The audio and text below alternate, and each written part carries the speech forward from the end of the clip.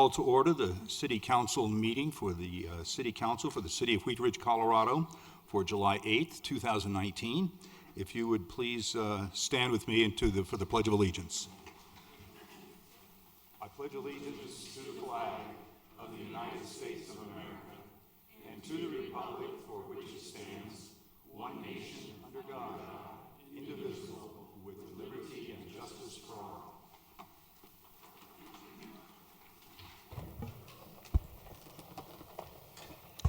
Would the clerk please call the roll?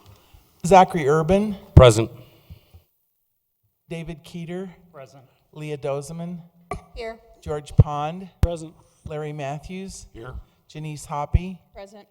And Mr. Mayor, the council members Davis and Weaver have excused themselves for this evening, and we do have a quorum. Thank you.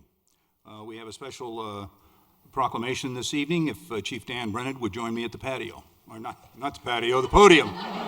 The patio is next week or the week after.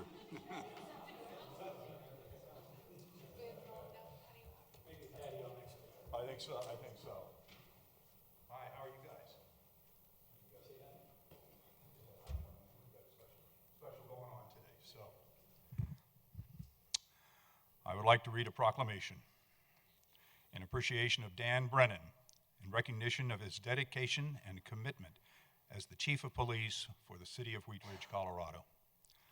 Whereas the Mayor and City Council of the City of Wheat Ridge desire to formally express appreciation to Police Chief Dan Brennan, who has served the City of Wheat Ridge with integrity, respect, courage, perseverance, and initiative.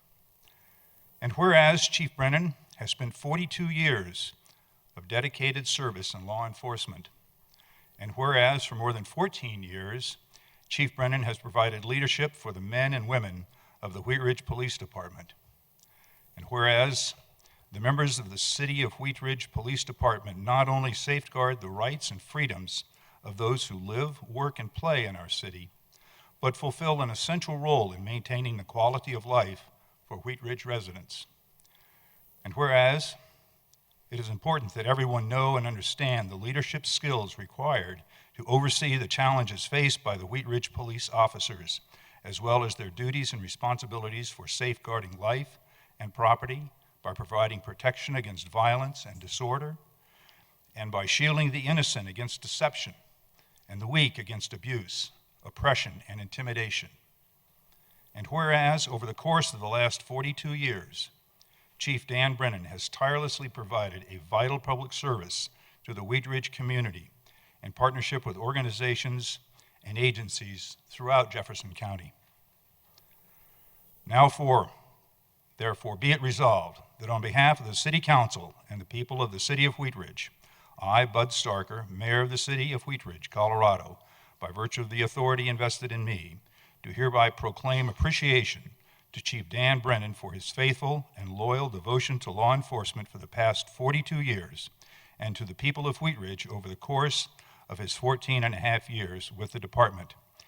In witness thereof, on this 8th day of July, 2019, Bud Starker, Mayor.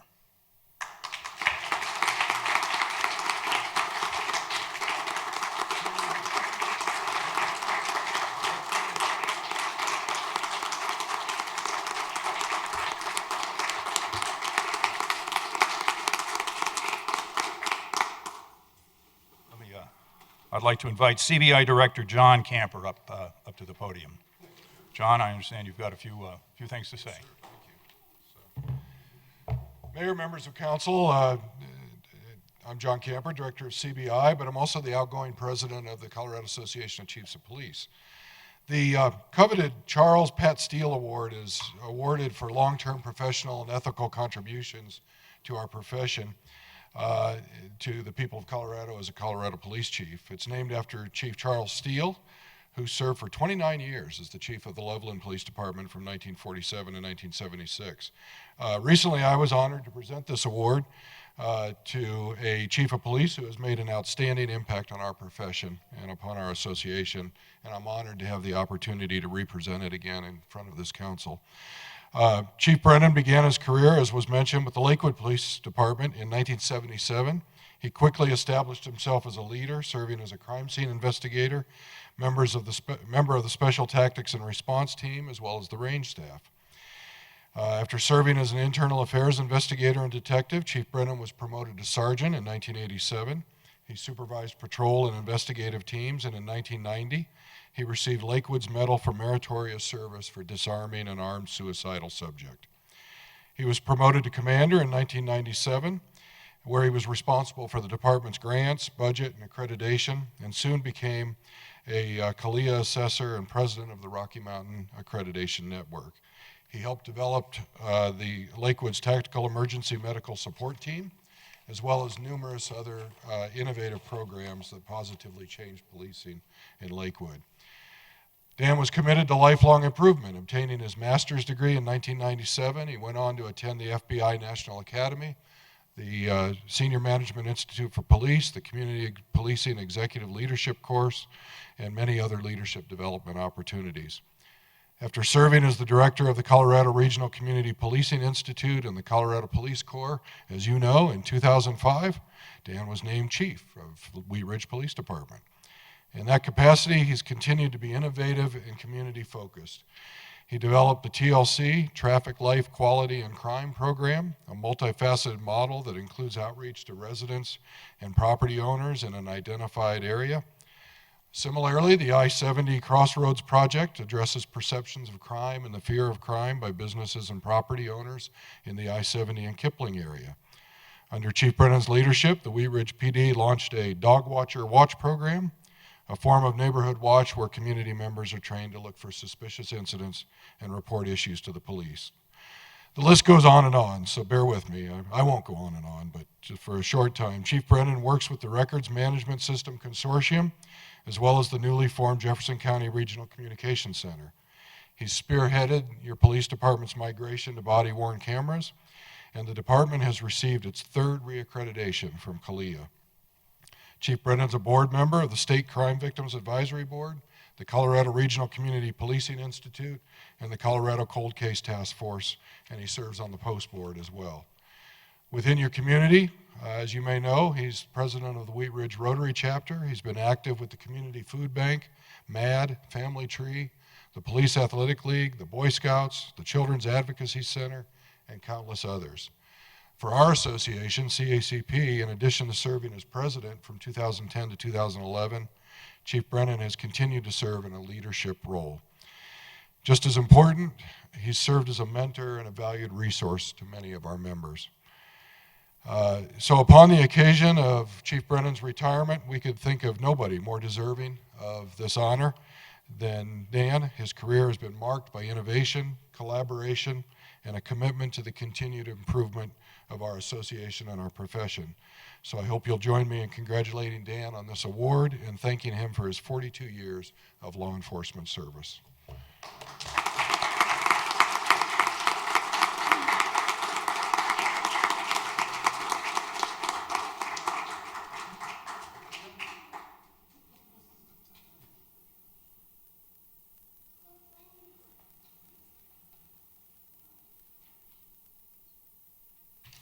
Thanks, man. Thank you very much. Appreciate it. You may say a few words, please. Appreciate it. So I promise I'll be short, but I had to write a few things down. So, Mayor, John, City Council, thank you for the award tonight and the proclamation. I'm very humbled by all of this and feel very blessed to have served as long as I have in law enforcement.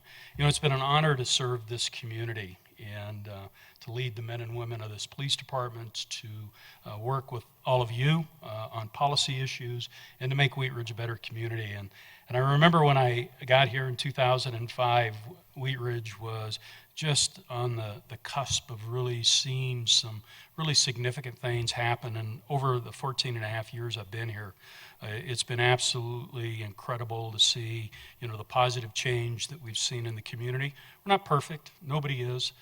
And we certainly, all have different ideas on what will make this community better and greater. But I got the opportunity to really be involved in some really worthwhile, challenging projects. And so it was a really tough decision for me to decide to retire after 42 years, because I see some really bright and really creative things on the horizon. 42 years in law enforcement sounds like a long time. Division Chief Lawrence reminded me a couple months ago that he was looking at the photographs of all 4 of Wheat Ridge's chiefs in the lobby, and that I don't look that young anymore. And he's right, I don't. 14 and a half years as a chief, can take its toll on you, but it does still seem like I just started my career yesterday, and I just became the chief yesterday. That's how much passion and that's how much commitment I've had for this job and what I do. So I wanted to take the opportunity to thank groups of people, right? Because if I thank individuals, I'm going to miss somebody. So thank you to my staff, my command team, past and present, for their willingness to buy into the vision that the city manager has for this community and the vision I have for the PD.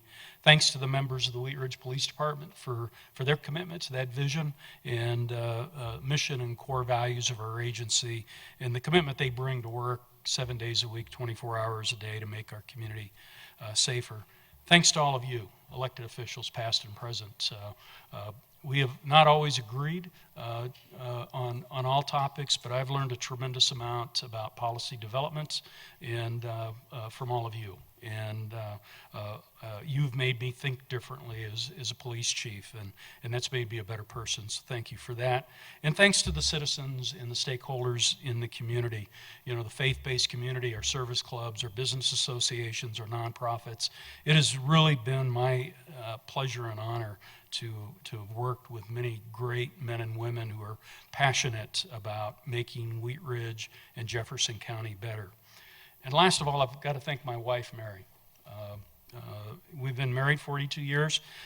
We got married exactly 4 days after I got my call to start my career in policing at Lakewood. And nobody achieves this rank and this status in an organization without the really strong support of their partner, their spouse, and their family. Thanks to my grandkids who had the courage to come up here with Dad and celebrate this thing. They were so excited at the house. I didn't know if they'd really come up or not. But I am going to spend my retirement years giving back time to my family, to my grandkids. And I also want you to know that I'm not leaving. I'm not moving from the community. My intention is still to remain in the community, to still be a leader in some capacity in the community, and to give back to a city and a community that's been so gracious and helpful to me. So thank you very much.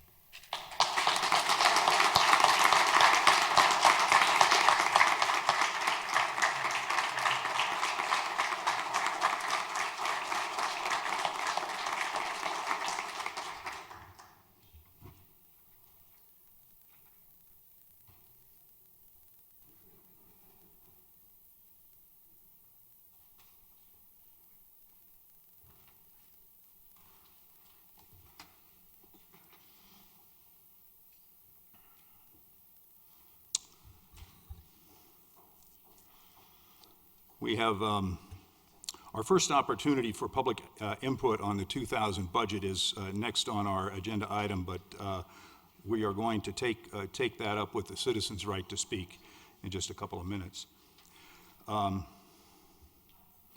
Council, before you in your packets, you have council minutes of June 24, 2019, and study session notes as of May 6, 2019. Are there any corrections to these documents? Thank you. Seeing none, we will let the minutes stand as presented. Is there any changes that anyone wishes to make to the agenda? And we will move with the agenda as prepared. We are at citizens' right to speak, where you may speak on any item not on the agenda for 3 minutes, And I'm also opening this up for discussion or citizens' opportunity to speak on the 2020 budget. I have no one signed up under either of these. Is there anyone here who is not signed up or would like to speak at this time? Okay, we will move through our citizens' right to speak. And to item number, yes. Oh, I'm sorry. Yes, ma'am. Can we only speak on the budget or do something else? Either one. We'll do either on the budget or any item that is not on the agenda. Please come to the podium, and when you get there, if you would introduce yourself, first name and last name, if you would spell your last name and give us an address, and you have 3 minutes after you introduce yourself. Okay, my name is Perry Minkler, and I live at 4000 Independence Court. And I'm here today because for the first time, my husband and I are thinking of leaving Wheat Ridge and selling our home because we came back on the 28th of June to find out our new neighbors at 4005 Independence Court had 11 to 12 vehicles, tow trucks, non-operational vehicles that they're operating and trading vehicles out of the home, and towing vehicles in and out of the home. And we pay our taxes, and I understand that the community service officers have been great in responding to go and talk to them, but the problem isn't fixed. And we have 2 people in our neighborhood who are running junk businesses out of their home, and I just implore you to please take some action, because we're thinking of leaving a community that my husband was born and raised in, because our land value has gone to nothing, and I understand people are interested in fixing it, but it's not fixed, and I really need change to happen. Thank you. Thank you. Thank you. Is there anyone else who would like to speak either on the budget or any other item under citizens' right to speak? Yes, ma'am. On the budget?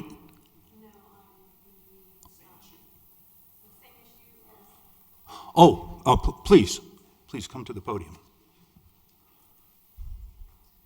My name is Lourdes Weingart. I live at 3935 Independence Court. I've been there for almost 10 years. Oh no, a little bit over 10 years. The property on 4005 Independence Court, when the people have moved in with several U-Haul trucks, and I'm talking huge. And it's a small home, and they have, like Perry was saying, and they're all just like, it looks like a junkyard, car junkyard. And they have any illegal, I would think it would be illegal, traffic light in their backyard. I mean, it stands this tall. And other things in that backyard. But all the vehicles everywhere, they are using even the church parking lot. And I don't know if the church people know about this, but they're using the that parking lot for parking their junk cars and their tow trucks and everything. And it's a mess, and it's bringing down our value of our homes. And we love it, living in Wheat Ridge. We want to stay in Wheat Ridge, but like Perry, I mean, we might have to reconsider that. These people are constantly busy, all day long, all night long. I don't know if these people are on drugs or what, because I don't see how, because they have so much energy. They're constantly moving things around, clanking, pounding on metal, constantly. And that's my concern. And I hope that something can be done about it, as well as for the house on 3930 that Perry was talking about. The gentleman there had his 2 Akita dogs taken away only because finally those dogs end up biting. And actually it was a Denver officer that was bit with her dog after many of my complaints of this gentleman and the junk that he has in his yard and running, he's selling cars, just like these people. I think they might be doing that, I'm not sure. but definitely it's just a mess and just vehicles all over the place. It's a mess, and it doesn't bring our value to our home and property up. Thank Thank you. you very much for your time. Thank you very much for coming. Is there anyone else tonight who would like to speak under public comment? Mr. Mayor? Yes, ma'am. Could I have these two ladies to be sure to write your names down and your names and addresses and print clearly so we can get it right in the minutes? Thank you. Thank you. Mr. Mayor? Yes. If I may, complaints have been filed, CSOs are working on it, and their issue right now is that we have alleviated some of the problem, but not completely eliminated it, so. I'll check first thing in the morning. See what it's at. PD is on the case. Thank you very much. And you'll stay on track of that, Mr. Yeah, we'll check first thing in the morning, see why it's not finished yet. Okay, thank you so much. Okay, then that will, I think, conclude us with public comments section, and we will go to item number 1, the consent agenda. Ms. Hoppy, would you please introduce item number 1? Thank you, Mr. Mayor. I'd like to introduce consent agenda item 1A, motion to award the purchase of and subsequent payments for 25 mobile data computer replacements in the amount of $79,000 to Mailer and Company, Inc. in New York, New York. And it is a motion which is in order. Thank you. I move to approve consent agenda item 1A. Second. Mr. Urban got the second on this one. We have, will the clerk please poll the council?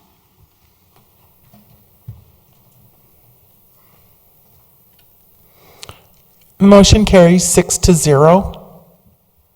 Thank you. We will go to agenda item number 2. Ms. Dozman, would you please introduce agenda item number 2? Yes, thank you, Mr. Mayor. Resolution number 39-2019, a resolution approving a major subdivision plat with right-of-way dedication for property zone planned residential development, PRD, and located at 4440 Tabor Street, case number WS-18-03/Clear Creek Terrace. Thank you. This is a public hearing, a resolution, and it is quasi-judicial, so I'm going to open the public hearing. If you intend to give testimony on this, would you please stand and raise your right hand and affirm, do you intend to tell the truth as you understand it in this matter? And if you do, please say, I do. You may sit down, please. Thank you. So, Mr. Goff, do we have a presentation on this? We do. Mr. Scott Cutler this evening. Thank you, Mr. Cutler. Thanks. I'm Scott Cutler, a planner with the City of Wheat Ridge Community Development Department. We're here to hear case number WS-1803, which is approval of a major subdivision at 4440 Tabor Street. I'd like to enter into the public record the contents of this case file, the subdivision regulations, and this digital presentation. The properties within the City of Wheat Ridge, all appropriate notification and posting requirements have been met, and therefore the City Council has jurisdiction to hear this case. This is an aerial view of the property from 2018. It's approximately 2.09 acres. It's currently vacant, and it's just east of Tabor Street and north of 44th Avenue. Surrounding area is a mix of uses. To the south is apartment buildings and a single-family home as well. To the east are duplexes and triplexes. To the north are duplexes and single-family homes, and then mostly commercial to the west of Tabor and south of 44th Avenue. The current zoning, the site is zoned PRD, Planned Residential Development. Surrounding zonings include R3 to the south and northeast, R2 to the north, and MUN and C1 to the west. So there's a mix of zonings in the area, just like there are a mix of uses. The request this evening is a proposed townhome development of 26 lots across 5 buildings with 4 tracts that are commonly maintained. There's a right-of-way dedication onto Tabor Street to allow for some public improvements, and the plat will also grant utility easements and drainage easements. 26 townhomes are allowed under the current zoning, which was approved by City Council on April 8th, 2019, And then the specific development plan, which is the site plan and architectural drawings for the property, was approved by Planning Commission at its meeting on June 20th, 2019. So City Council's review of the plat is the final step in the approvals process. The major subdivision is needed to sell the lots separately as townhomes, as opposed to condos or apartments, which do not require a plat. Subdivision plats do not change the zoning, approved SDPs, or permitted uses. The purpose of the subdivision is to create developable parcels for land use that is already permitted by the ODP. So this is a closer view of the plat, and it's also available in the staff report. There are 5 groups of townhome lots that are outlined in orange. These lots include building, driveway, and private front yard patio areas. The rest of the subdivision is commonly maintained by the HOA, including driveways, landscaped areas, and drainage tracts. Landscaping areas are generally outlined in green, though there are additional areas that I couldn't outline on here. And then the drainage tract is located to the east of the eastern alley and is surrounded by landscaping. There's 5 feet of right-of-way dedication along Tabor Street, which I mentioned earlier, and that's to accommodate sidewalks, a landscaped amenity zone with street trees, and additional pavement on Tabor Street, which is considered substandard. There are adjacent proposed development to the southeast, which has a separate ownership and separate zoning. If both moved forward, there would be a potential for cross-access, which we often seek to better distribute traffic and help with emergency access by allowing for multiple access points. The remaining pages of the plat are in the staff report. They cover more specifically the easements for sanitary, drainage, water, and utilities. There was a traffic trip generation analysis performed for the subject property and the adjacent parcel I mentioned earlier. A summary of the applicant's trip generation report is provided by Public Works, which is in the staff report. Traffic analysis assumes 26 units on the site, plus the potential for 18 units on the adjacent development that may have access through the site for a maximum potential of 44 units. As estimated, a maximum of 16 trips during the peak hour would be generated, which would further be distributed among the 2 entrances. These are far below the standards for just 1 entrance, and in this case, the development would have 2 entrances, potentially. Because of this, Public Works concurs it would not be appropriate to request auxiliary lanes at this time. However, there are plans for Tabor Street in the future to have a center turn lane. It should be also noted that as part of this development, additional pavement will be added to Tabor Street as well as sidewalks. So the process, the ODP and SDP, like I mentioned earlier, have already been approved, and Planning Commission has also recommended approval of this plat. There are no concerns from the outside agencies. We sent this application on a full referral to fire, water, sanitation, and other districts, and they had no concerns. Public Works and Planning have also found this plat to be approvable, and final civil construction documents are under review by Public Works. There was a 15-day public noticing for this City Council hearing, and we did not receive any contact. Ultimately, staff has concluded the request meets the subdivision review regulations, and all agencies can serve the property. We'll allow the development of the site as approved through the ODP and SDP to proceed. For those reasons, we're recommending approval of the request. Recommended conditions of approval are provided in the staff report. I'm available to answer questions, and I believe the applicant is here as well and may answer questions. Thanks. Thank you very much. Before we go to questions of council, of staff, or the applicant, I would like to open the portion of the meeting to public comment. I don't have anyone signed up to speak on this item. Is there anyone who hasn't signed up who would like to speak on this item? I'll look closely because I missed a few earlier, but the light is better. Okay, I don't see anyone who wants to speak, so I will open it up to council for questions of the applicant or staff. Ms. Dozman. Thank you. So is the subdivision primarily to allow for right-of-way access in those dedications? Like if it's a use by right for 26 townhomes, like what is the nature of? Yeah, so because they're townhomes, they're each on individual lots. So the purpose of the subdivision plat is maybe threefold. One, to create those lots where they can build individual townhomes, either as a group or in some sort of a phased manner. Secondly, they are dedicating right-of-way to do some improvements on Tabor Street and add a sidewalk. And then thirdly, really to dedicate the outlots and the easements that will give them areas to provide common drainage areas, and necessary sanitary and water and other dry utilities. So to follow up with that, I know that we allow for fees in lieu of parkland dedication. Do we have a cap on that at some point? Because I mean, most of these developers and developments are coming in and choosing to do the fees in lieu of parkland, and I'm just worried that we're not allowing for enough green space in these high-dense areas. Yeah, we always refer any subdivision, whether it be townhomes or single-family, to the Parks Department for input. And that is either goes at a staff level, or in some cases, they'll take that to the Parks Commission if they think it's a bigger proposal. We don't have any additional parks kind of on our Parks Master Plan in this area.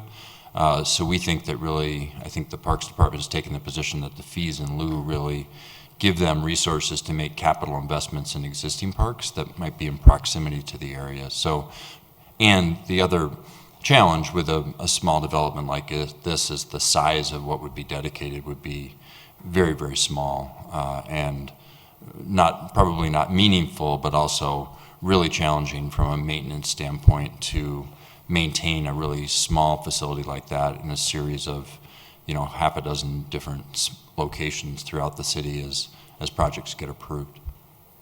So I have a couple other questions. Please. Okay.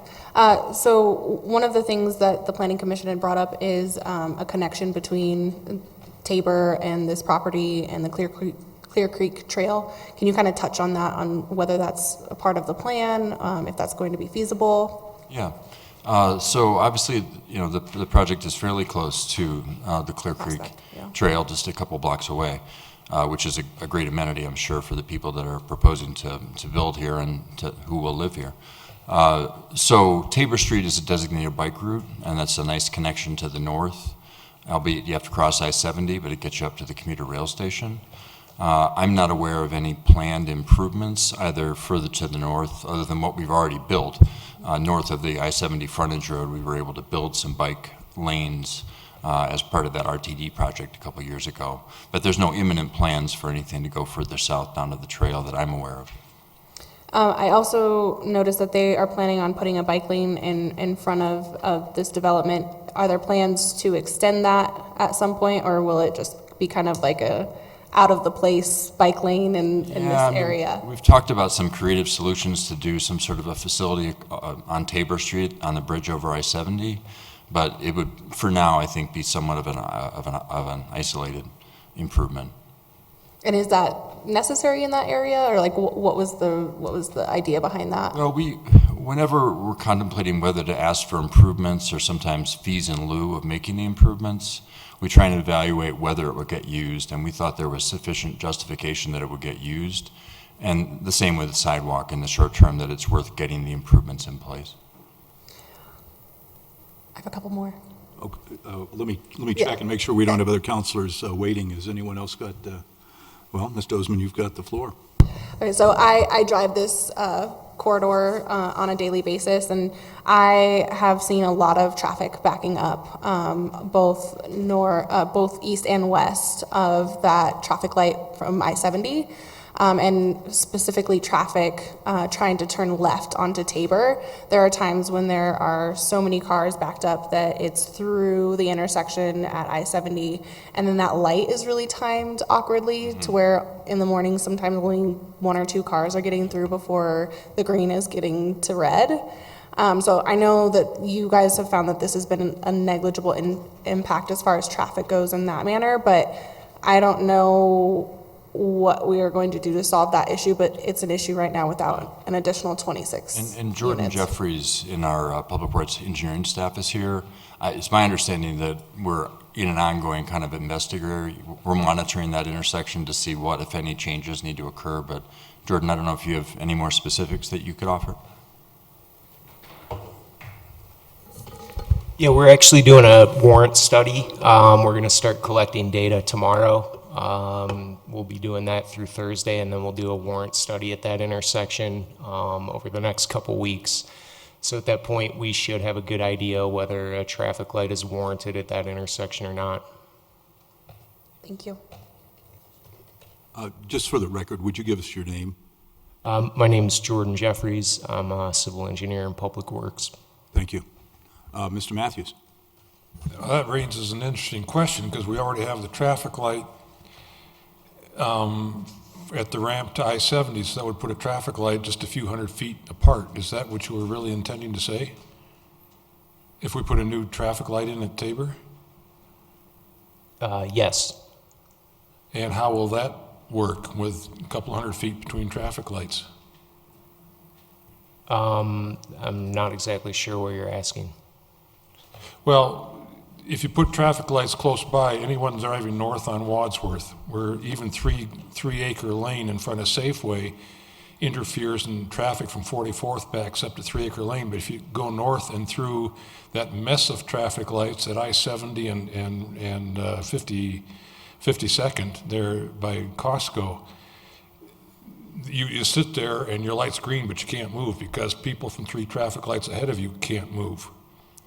And CDOT refuses to put traffic lights within like a quarter mile of each other. What makes us think we'll be successful? That's correct. Those are CDOT lights, so I can't speak as to how those are timed.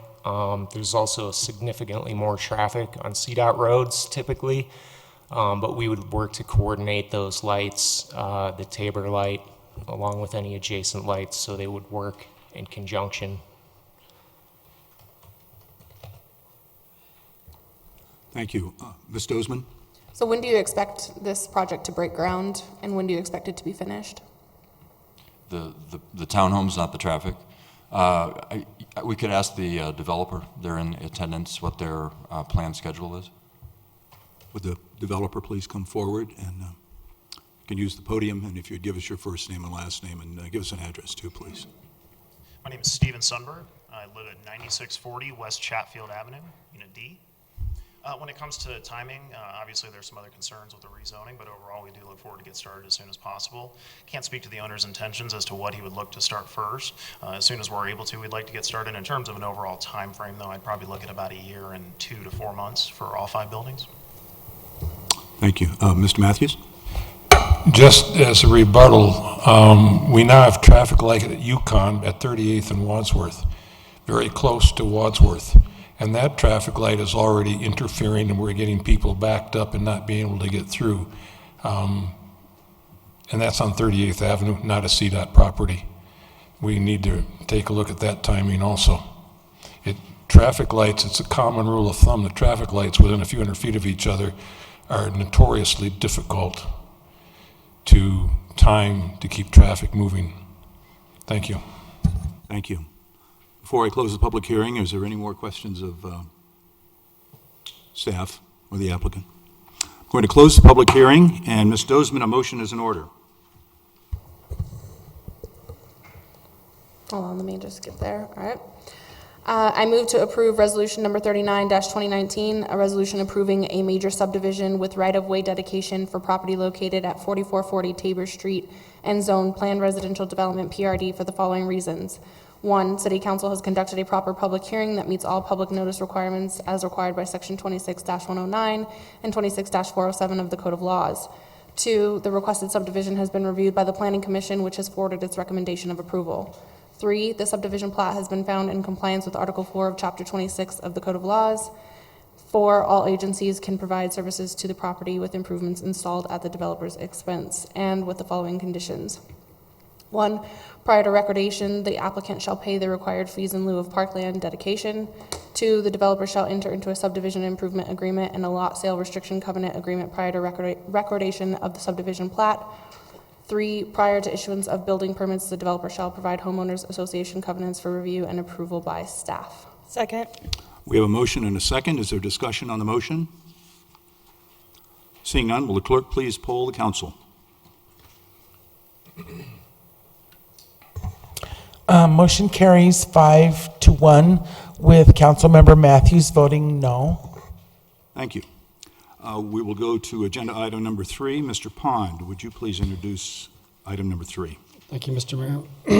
Item number 3, motion to ratify mayoral appointments to the Wheat Ridge Urban Renewal Authority. And the members of the Wheat Ridge Urban Renewal Authority are appointed by the mayor and ratified by council. There's currently a vacancy in District 3, term to expire March 2nd, 2024.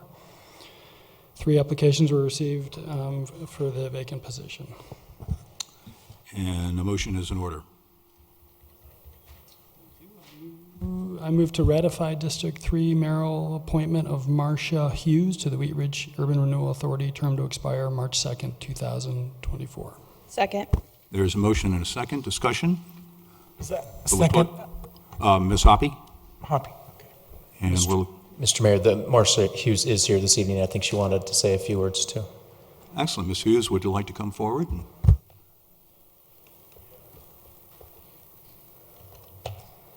And if you would please introduce yourself and give us your address. I'd be delighted to. Marcia Hughes, 3240 Zephyr Court, Wheat Ridge. I just wanted to take 1 minute to say hello to all of you that I know, including Jerry Dahl. We worked together for about 10 years before we ever thought we'd have white hair. I love being in Wheat Ridge, and I appreciate this opportunity to serve the city. Thank you. Thank you very much. Will the clerk please poll the council? Oh, just a minute. Just a minute. Okay, now you can vote.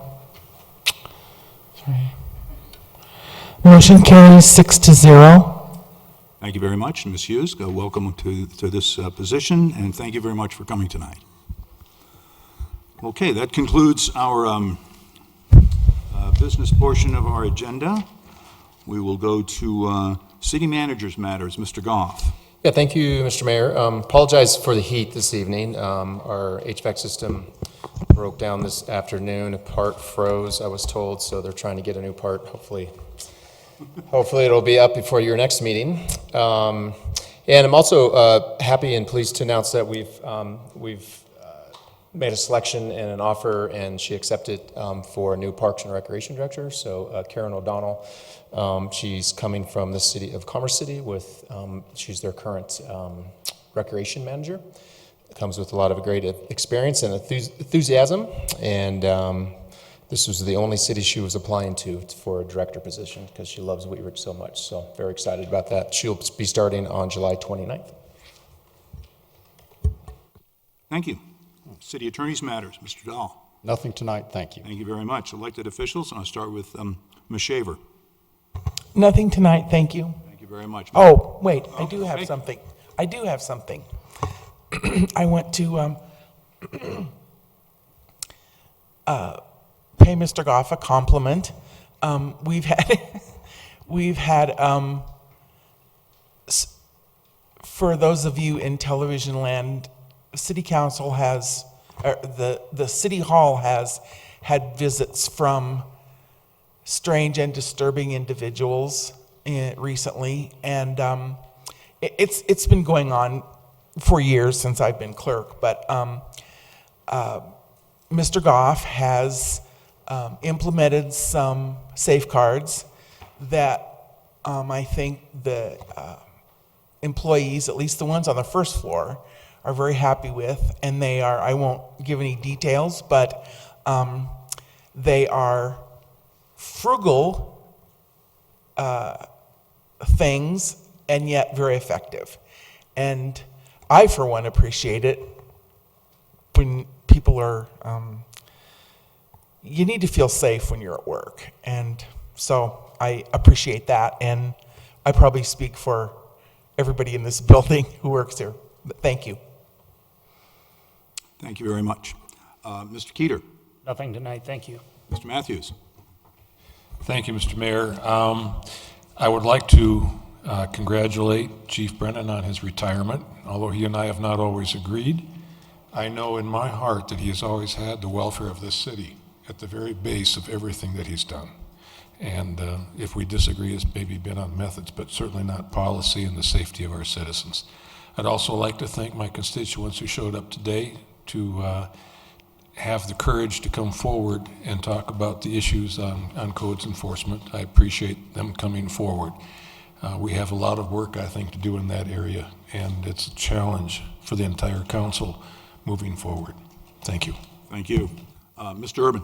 Thank you, Mr. Mayor. I'd like to echo the sentiments regarding Chief Brennan, and I really appreciate everything that he's done for the city and the amount of passion and dedication that he has poured into his role. And in talking with officers, he has tremendous amount of respect amongst the officers, and that says a lot about a chief, and just want to say thank you for everything you've done for the city. Thank you. Ms. Dozeman. Yes, thank you. I also wanted to echo those comments and offer my farewell to Chief Brennan. I've worked closely with him with the Carnation Festival and Parade these last several years, and he's done a great job in keeping the festival safe and our community safe. And he's just an outstanding person, and I'm glad that he's going to stick around and be available for the community in the long term. Thank you. Ms. Hoppy. Well, I suppose I could just say ditto. However, I do want to say thank you to the chief.